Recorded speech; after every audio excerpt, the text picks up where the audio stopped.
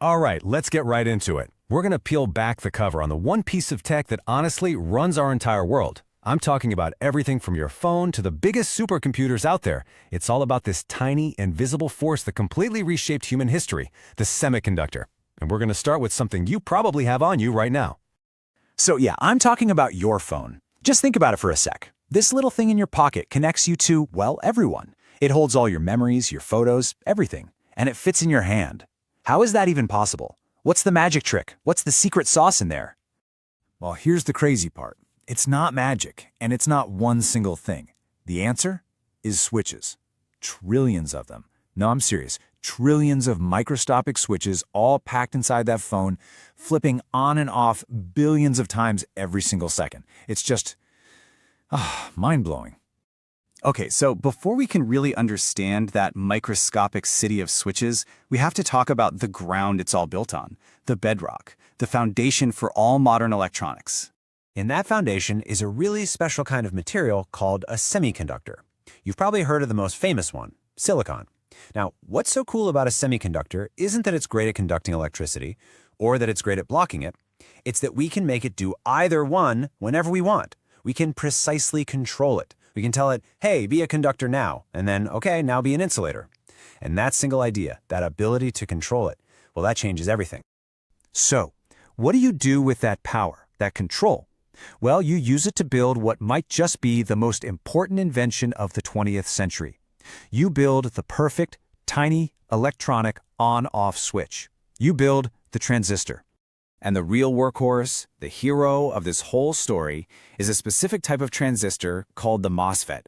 This is its basic structure.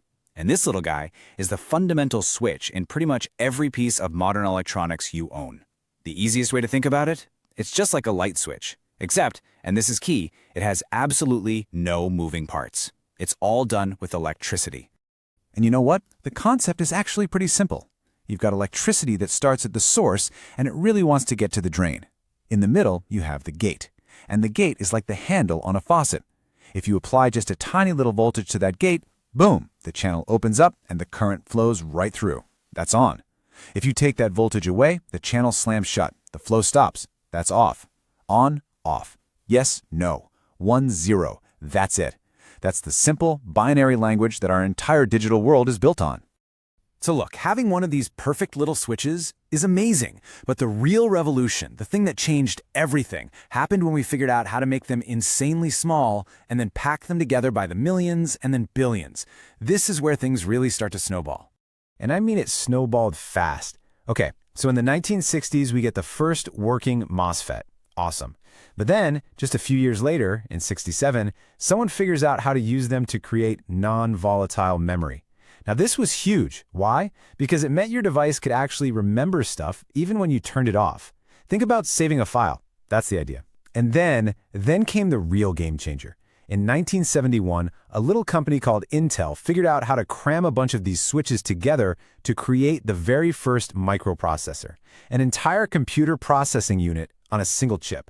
So how many of these switches, these transistors, do you think were on that first groundbreaking chip, the Intel 4004? It was 2,300. And back then, that was an absolute miracle of engineering. Okay, get ready for this. What about today? A fancy new chip in a laptop or a phone? We're talking over 100 billion. Billion with a B. It's like going from a tiny village of 2,300 people to a city the size of a planet, all in just a few decades. This crazy exponential growth is why computers got so powerful, so fast, while getting cheaper and cheaper. It's literally what created the world we live in. And look, it is absolutely no exaggeration to say this. That first microprocessor was, and I'm quoting here, a major breakthrough for the semiconductor industry. I mean, it laid the foundation for everything. Personal computers, the internet, your smartphone, it all started there. That was the moment the snowball turned into an avalanche. But wait a second. This raises a pretty big question, right? How on earth you build something with billions of parts that are too small for us to even see? Well, you don't build it like a normal city with cranes and workers. You print it, layer by impossibly thin layer. Okay, the whole process is called fabrication, and it's basically a dance of unbelievable precision. First, you start with a big, round disk of perfectly pure silicon. That's your wafer. Then you use light to basically project a blueprint of the circuit onto it, kind of like using a stencil. After that, you use chemicals to etch away all the material you don't need, leaving just the circuit pattern behind. And then, you do it again. You add another super thin layer of a different material, and you print and etch again. And you do this hundreds of times, building up this incredibly complex 3D city of transistors, one painstaking layer at a time.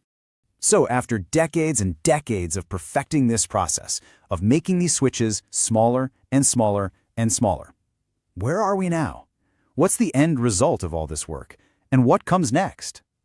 Well, it's led us to this, the System on a Chip, or SoC for short.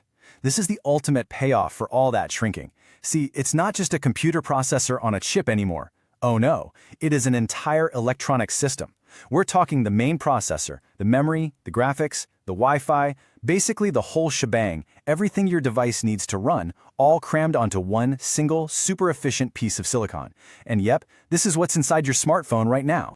So let's just recap. We went from one switch to billions, from a simple processor to an entire system on a single chip. It's been an absolutely incredible journey. But what's the next step? Where do we possibly go from here? Well, the new frontier isn't just about controlling the flow of electricity anymore. It's about controlling the very building blocks of matter itself. So I'll leave you with this thought. We've completely mastered billions of switches. But what happens when we can control a single, tiny electron? That question right there is probably what's going to define the next 50 years of technology.